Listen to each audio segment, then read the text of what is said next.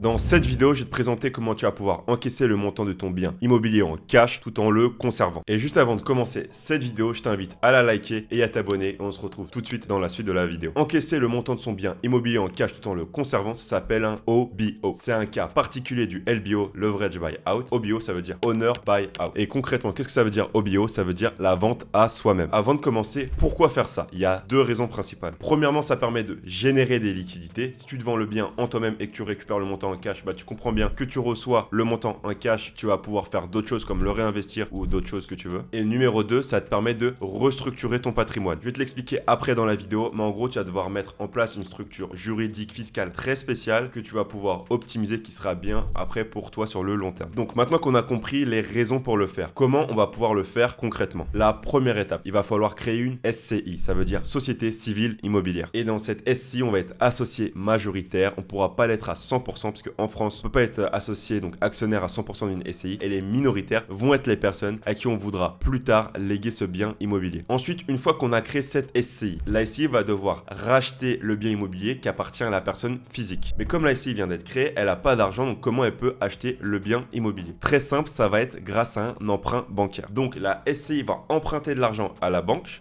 va faire un prêt à cette SCI pour acheter le bien immobilier à la personne physique. Et donc la personne physique va céder le bien immobilier à la SCI, qu'elle détient aussi majoritairement. L'argent de la banque qui va transiter par la SCI va ensuite finir à la personne physique parce qu'en contrepartie, la personne physique a vendu le bien immobilier à la SCI. Ensuite, avant de rentrer en détail, il y a forcément le point de la capacité d'emprunt à aborder. La capacité d'emprunt sera corrélée à deux choses. Premièrement, ça sera lié au bien immobilier. En gros, le fonctionnement, ça va être que le bien immobilier va être loué et les loyers du bien immobilier vont rembourser le crédit à payer à la banque. Il y aura le locataire qui va payer un loyer et ce loyer, ça sera le montant que la SCI va devoir plus ou moins rembourser à la banque. Si le montant que la SCI reçoit tous les mois du locataire est vraiment décorrélé et inférieur au montant que la SCI va devoir payer tous les mois à la banque, alors là, le financement, il va pas se faire parce que on comprend que la rentrée d'argent au niveau du locataire est vraiment inférieure que la sortie d'argent qu'on va devoir donner à la banque. On comprend là que ça marche pas. Donc, il faut vraiment que la rentrée et la sortie d'argent soient liées. Le meilleur cas, c'est que la rentrée d'argent du locataire soit supérieure au coût du crédit tous les mois. Et donc, comme ça, on s'autofinance, on a un cash flow positif. Donc, ça, c'est le premier aspect. Le deuxième aspect, ça va être au niveau de la personne physique. Parce que la personne physique, ça va être l'associé majoritaire de la SCI. Si la SCI ne peut pas rembourser le crédit à la banque tous les mois, donc ça va être l'associé qui va devoir mettre de sa poche pour financer ça. L'associé, il doit avoir une bonne situation. Plus il a d'argent en liquidité, plus il a un patrimoine immobilier important, plus il a des gros revenus, plus la banque va être enclin à financer ce projet. Donc, une fois que ça c'est clair, on va voir ce qui change avec l'OBO. C'est quoi le avant, c'est quoi le après? Donc, avant l'OBO, on a une personne physique qui détient un bien immobilier. Elle a pas non plus de dette et elle a pas non plus de société. Elle a pas de cash, mais elle a des loyers mensuels des locataires. Une fois qu'on fait l'OBO, qu'est-ce qu'on a? Déjà, on a encore le bien, mais le bien, il nous appartient via la SCI. On a du coup la SCI dont on est associé gérant. Et bien sûr, cette SCI, il y aura des coûts annexes comme les frais de création de l'entreprise, les frais de comptabilité. Bref, c'est des petits frais. Il faudra quand même les prendre en compte. Troisièmement, on a une dette au niveau de la société, mais qui va être couverte par les loyers. Et quatrièmement, et c'est ça qui est important, c'est qu'on aura un gros montant de cash qu'on aura récupéré de la vente du bien immobilier qu'on pourra réinvestir si on le veut ou financer des projets personnels. Mais ce montage financier, c'est quelque chose de très risqué et il y a toujours des coûts qui sont liés. Donc, premièrement, au niveau des coûts, comme je te l'ai dit, il y a les coûts de création de la société, il y a les coûts de comptabilité, bref, tous les coûts qui sont liés à la société. Deuxièmement, il y a les coûts qui sont liés à la vente du bien immobilier. Quand il y a une vente, il y a forcément des frais de notaire. Il y aura aussi des impôts sur la plus-value du bien immobilier. Et enfin, au niveau des risques, il y en a deux principaux. Il y a celui de l'abus de droit et il y a aussi celui du risque de vacance du bien. Si tu veux vraiment aller en détail sur ces deux aspects, je vais te mettre des liens dans les commentaires pour que tu comprennes plus en profondeur. Mais là, c'est pas du tout le but de cette vidéo. Pour vraiment rentrer en détail et que tu comprennes véritablement c'est quoi ces deux choses, il va me falloir trop de temps et cette vidéo serait trop longue sinon. Donc maintenant qu'on a compris les coûts et les risques, on va voir c'est quoi les avantages concrets de ce montage financier et pourquoi le faire. Donc comme tu l'auras compris, le plus gros avantage, c'est de disposer d'un montant en cash immédiat. Deuxièmement, ce montant en cash, dans le meilleur scénario, on va pouvoir le réinvestir pour faire fructifier notre patrimoine. On va pouvoir même l'utiliser en tant que garantie pour pouvoir reprendre la dette, releverager et refaire grossir notre patrimoine encore plus rapidement. Troisièmement, ça va être au niveau de l'optimisation fiscale. Ça va nous permettre de payer moins d'impôts. Quatrièmement, ça va nous permettre de restructurer et de pouvoir transmettre beaucoup plus facilement notre patrimoine avec la SCI, avec nos enfants. Et cinquièmement, on va pouvoir bénéficier de l'effet de levier, créer du patrimoine et aller beaucoup plus vite. Et comme tu l'as compris, on prend la dette, on va pouvoir aller beaucoup plus vite, mais tu as bien compris que du coup, plus la rentabilité est élevée, plus le risque aussi est lié. Donc si ce montage est mal maîtrisé, on peut se casser les dents et perdre beaucoup d'argent, sachant qu'en ce moment, les banques sont assez frileux sur ce genre de financement. Ça se fait encore, mais c'est beaucoup plus rare qu'il y a quelques années. Donc voilà, j'espère que cette vidéo t'aura aidé. C'était vraiment l'OBO, donc l'Owner Buy Out en bref et résumé. Donc si cette vidéo t'a plu, n'hésite pas à la liker et à t'abonner. Et on se retrouve dans de prochaines vidéos. Sur ce, ciao.